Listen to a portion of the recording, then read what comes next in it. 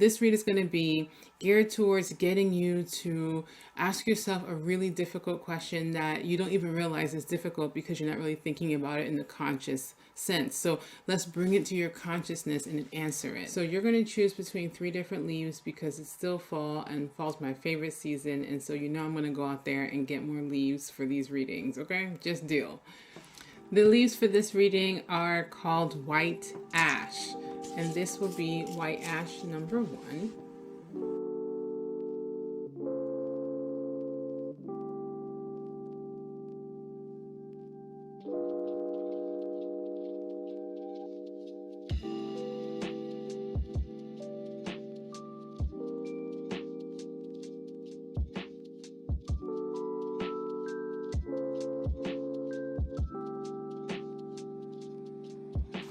If you chose white ash number 1, the question is, what are the dominant emotions that run my life?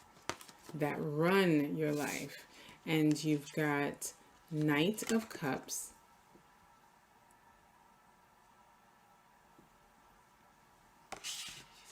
Two of Wands, and 3 of Cups.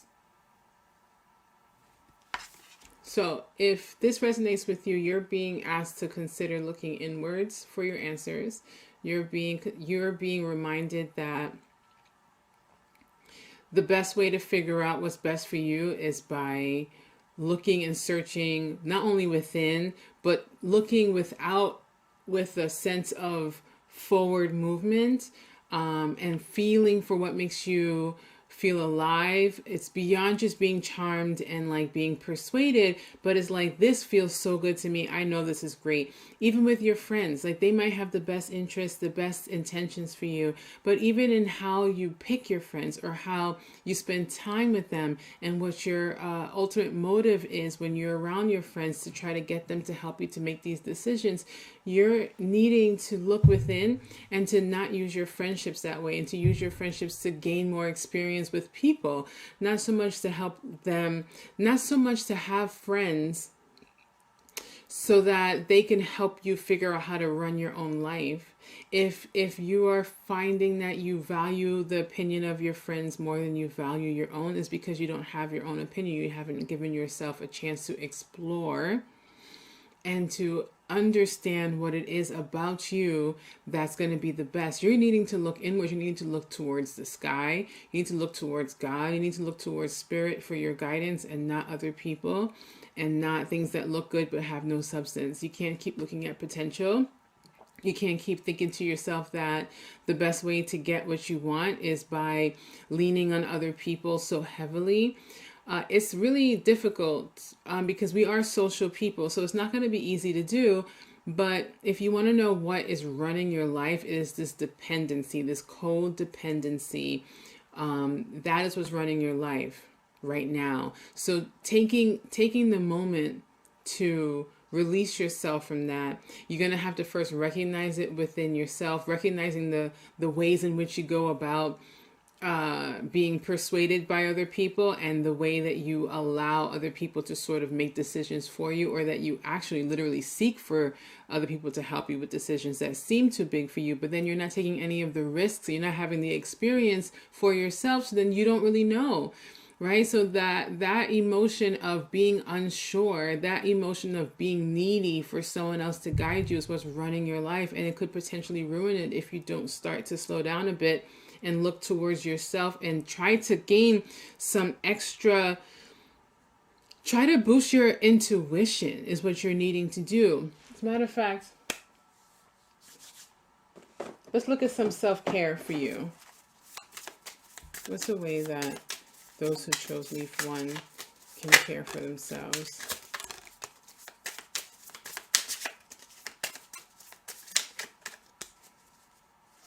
This is what you can do.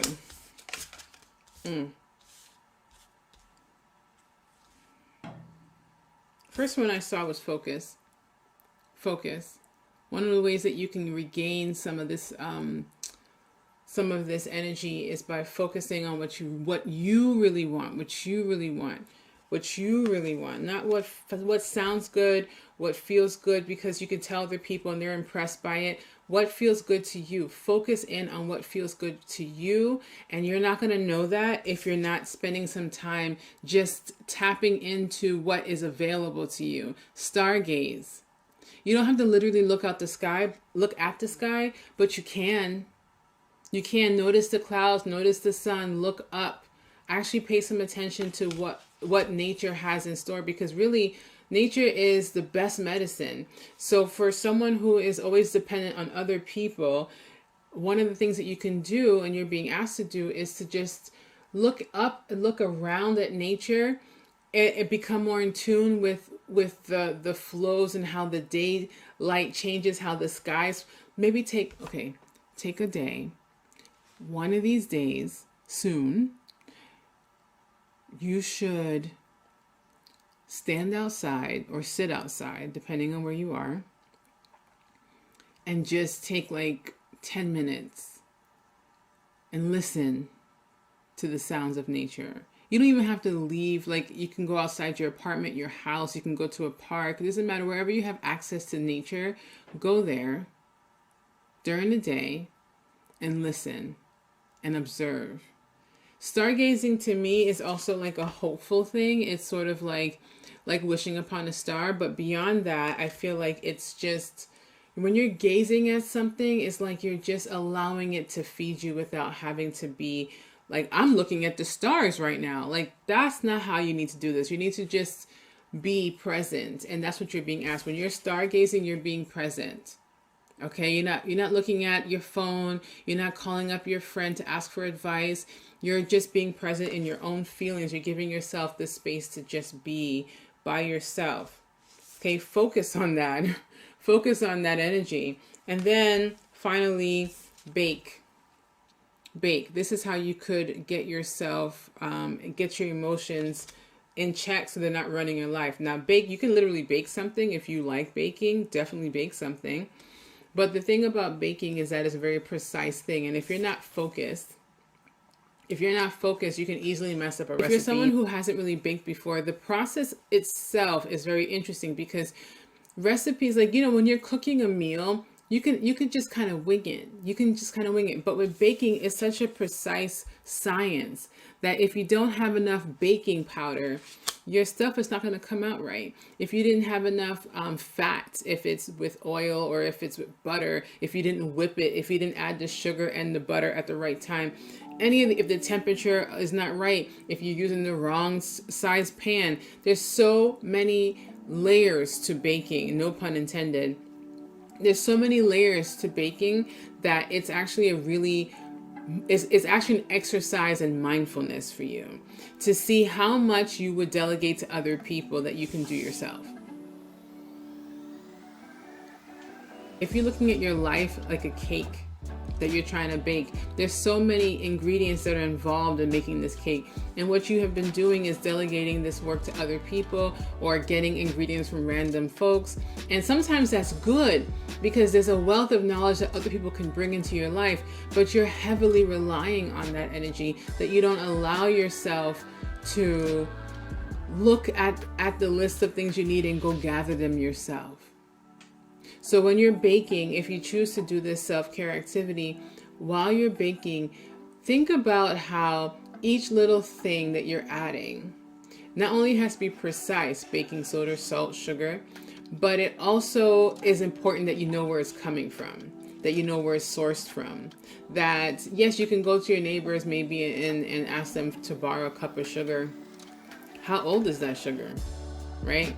Are they like using their spoons that they eat to like dig into this? You don't know that, right? So it's like that sort of energy. Like, you don't know what other people are bringing to the table. You might be getting ingredients from other people and it looks perfectly fine. It sounds perfectly fine. But at the end of the day, you don't really know where they're getting it from. You're not getting the experience to understand that all of the things that are a part of this cake is important. Your life is important. You need to make sure that you are incorporating all the ingredients and you know exactly where they come from because you've had the experience of gathering them yourself. That's what you're being asked to do, and I really sincerely hope that helped.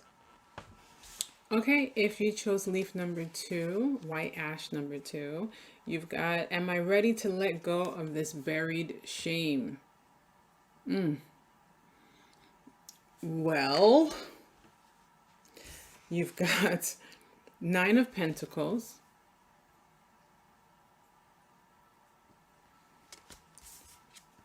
the Fool, 4 of Swords. Are you ready to let go of this buried shame? Well, that depends on you. That depends on how you look at the shame. That depends on your perspective of the shame. That depends on your willingness to see all the ways in which this thing or this situation or this experience that you feel shame around, how has that also enriched your life? What have you gained out of it? What have you learned out of it? What have you, what are your triumphs? Even though a lot of the times we feel shame around things that we really should not be ashamed of. Let's just put it that way. Let's just say that. A lot of the times we feel shame around things that we really shouldn't be ashamed of. That somehow we feel shame and guilt about something that we could not control. We are completely at the mercy of whatever's happening. Not everything that you feel shame about is something that you actually caused. And even if it's something that you did cause, there's always something on the other end of that that's going to give you some knowledge, some experience that comes out of it. So if you look at her, she's looking in the mirror at herself, and she might like what she sees, but sometimes things that we see in the mirror is only partially true. Your perspective really matters here. Your perspective. Can you let go of this buried shame? It depends on your perspective and how you see yourself. How do you see your role in the situation? How do you see yourself coming up out of it? And what does that take? The Fool. The Fool. The Fool is a great card to come up in this, because the Fool is sort of, I don't know, but this feels good. I don't know, but I have to try. I don't know, but I'm going to take this risk. Are you ready? Do you have to be quote unquote ready? Or can you let go of the shame even when you're not ready? Is that possible for you? Can you decide that you want to let go of it instead of waiting to be ready to let go of it? Can you just take that leap of faith that the time is now? 4 of Swords. 4 of Swords is letting you know it's probably time to rest that mind of yours a bit. You've worked so hard. You're on your way on this destination, and it's time for you to rest. This destination towards a better version of you, you need to take a moment too. Anytime you're trying to dig up any kind of thing that's buried, it's exhausting. It's exhausting. If you ever try digging up like space to plant a tree, for example, that you want to grow, even if it's just a sapling, you know how much energy it takes to dig a hole into the ground, let alone if you're really digging deep and unearthing some shame. Now you have all kinds of emotional trauma and sadness and fear attached to this energy that you're using to dig up something in the first place. You got to give yourself some room to like chill the fuck out. Like, you're tired emotionally and physically. That's a lot of work. So if you're ready to take the leap on moving forward and deciding that I'm not going to hold on to this shame anymore, you also need to give yourself some rest. Your mind needs a break. You need to relax just a little bit in your mind and stop overthinking things and just letting it flow, just letting yourself, just letting things be, letting the process happen, and resting. Resting is going to really be helpful. Resting is not just laying down. It's not overanalyzing things. It's not thinking, for example, the ways that you can rest is not wondering what other people think about what you're ashamed about or embarrassed about or feel guilty about. You can let your mind rest when it comes to not pondering what other people may be thinking, because you're never going to know, because people can actually literally tell you what they're thinking and you can still not know. So you can rest your mind by not worrying about what other people think about your shame, about what you feel embarrassed about or guilty about. That can be one thing you can do to rest your mind. The other thing that you can do to rest your mind is to not focus so much on finding a solution or changing history. You can't change history. You just cannot change the past. You can learn from it. It's a point of reference. So use that to move forward while you be like the fool and you jump into something else. Let's look at some self-care for you. What are some self-care activities that are going to help this collective that chose Leaf 2? Make a list. Make a list of why you're awesome. That's what the top of this card says. And I would definitely go with that. Why you're awesome. That can be something that you do. Make a list of the different ways in which your life can continue to move forward. Make a list of the ways in which you know better now. Make a list of the people who help you feel really good during this time. Make a list of the people who are supportive and encouraging. Let's do one more. Ooh, sensuality. Sensuality. This is ultimately, to me, it always feels like a self-love, but it's a self-love in a physical. I like how I feel. I like things that feel good. I like to feel good. I like to be in experiences and in clothing and in spaces that make me feel alive, that make me feel sexy, makes me feel wanted, makes me feel needed. Sensuality to me is like making love to yourself and making love to the amazingness that you have within you. That's sensuality. So spending some time just being by yourself and just feeling, especially if what you're feeling shame about is of a sexual nature, especially if that's what you're feeling shame about, you most definitely need to pour back into yourself and remember that that guilt that you're feeling, it has nothing to do with you. It has nothing to do with you. That shame is not yours to carry. It is not. Let's do one more. What other self-care activity can group 2? Learn. There's plenty of audiobooks and physical books and YouTube pages like your girl, you know. There's plenty of opportunities for you to unlearn this feeling of shame and guilt that you might be carrying. There's plenty of ways that you could learn about moving forward. Maybe you're not really sure. Maybe you need some reminders. So taking the time to learn how to move forward, taking the time to ask questions. Maybe you see a therapist and you ask, you learn about you. That's the thing about going to therapy. You learn about you. Maybe that's what you need to do right now. You need to learn about yourself. You need to learn about yourself. You totally can read books about moving forward from pain and from trauma and from shame. But ultimately, you got to learn about you. You got to learn about yourself. That's what I feel like. And then the final thing is travel. Now, you could literally leave the space that you're in. You could do that if that's plausible, if that's going to be helpful towards you moving forward. Because again, you did get the Fool, and she's at the airport. So maybe you need to actually physically leave. Maybe you need to just remove yourself from a situation. And if moving away or leaving is not on your mind or not plausible, you could also travel in a different way. You can travel in your mind, right? While you're taking that break, you can travel by getting lost into a really good book, maybe getting lost into a good series on TV, just letting yourself go. Because to me, traveling, look, and even here, he's actually on the bus, okay, and he's dozed off. To me, this feels like you're heading someplace anyway.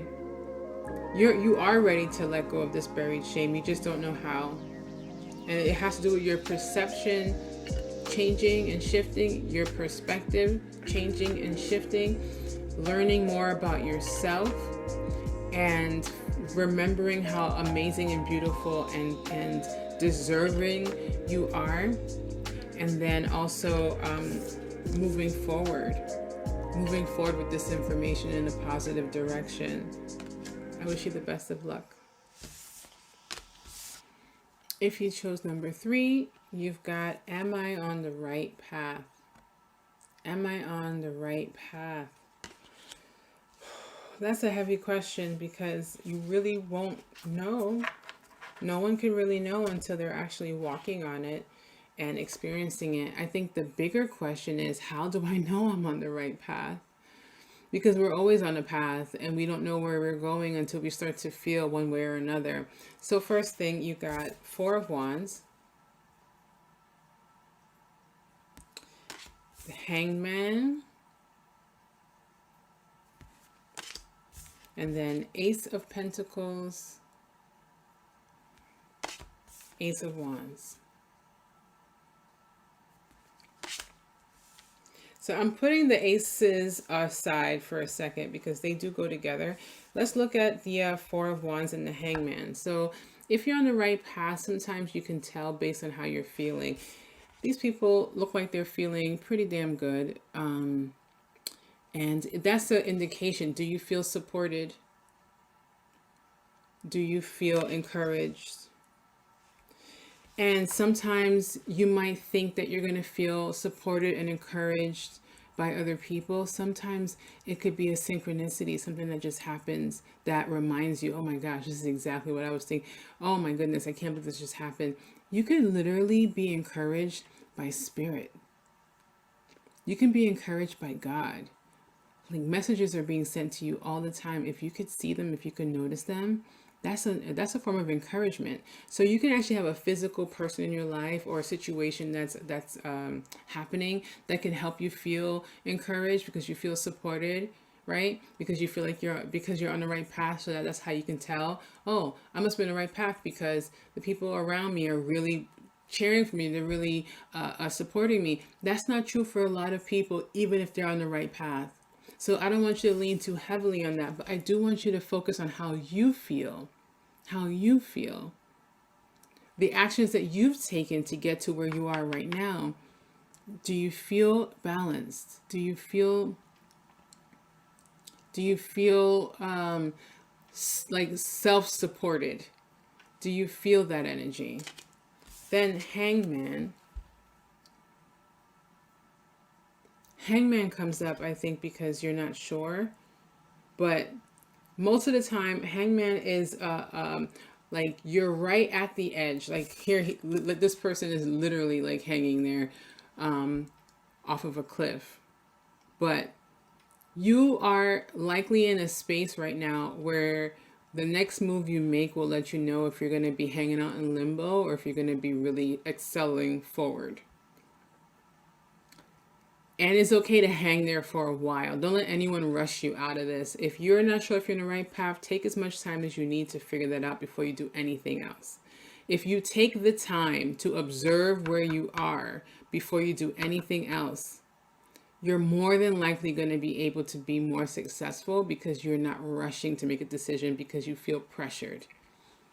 If you look at this card, you see the person is literally smoking a cigarette while they're hanging. Take a pause, take a look at the view, take a moment to observe where you're at. Take inventory of what you can see. Take a good look around. If you're able to do that, Ace of Pentacles. Oh boy, you actually got it, and you got it, right? Look at how lucky you are, or how lucky you could be.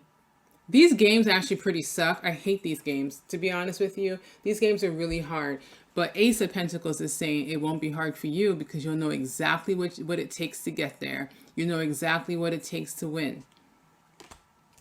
Ace of Wands. This to me feels like visualizing what you want.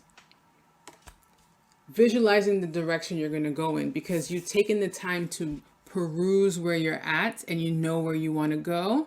As if you take that pause and you pay attention, then you could fill the canvas how you want. And it won't matter. You won't be sitting around thinking, am I on the right path right now? You're going to know. You're going to feel it. You're going to be living it. You're going to be experiencing it. That's your best bet. Let's look at some self-care that's going to help you with these steps. Especially with that pause. Pausing is hard for a lot of people because while they're up there pausing and having this view, you also see people busy, busy, busy, looking successful. You don't know what they got going on though. You don't know if they're really doing what they need to do, and you can't be worried about it. Okay? Okay, you got all of them here at one time. All right. Journal. This feels like one that you can do while you're observing, while you're hanging out. Journal. Write it down. Okay? Next is bath. This is really just a way to also hang out and relax and observe and to feel where you're at for yourself, for yourself, by yourself. And then this might seem weird, but maybe to you it isn't weird. It might be like, oh my God. And you know, hair.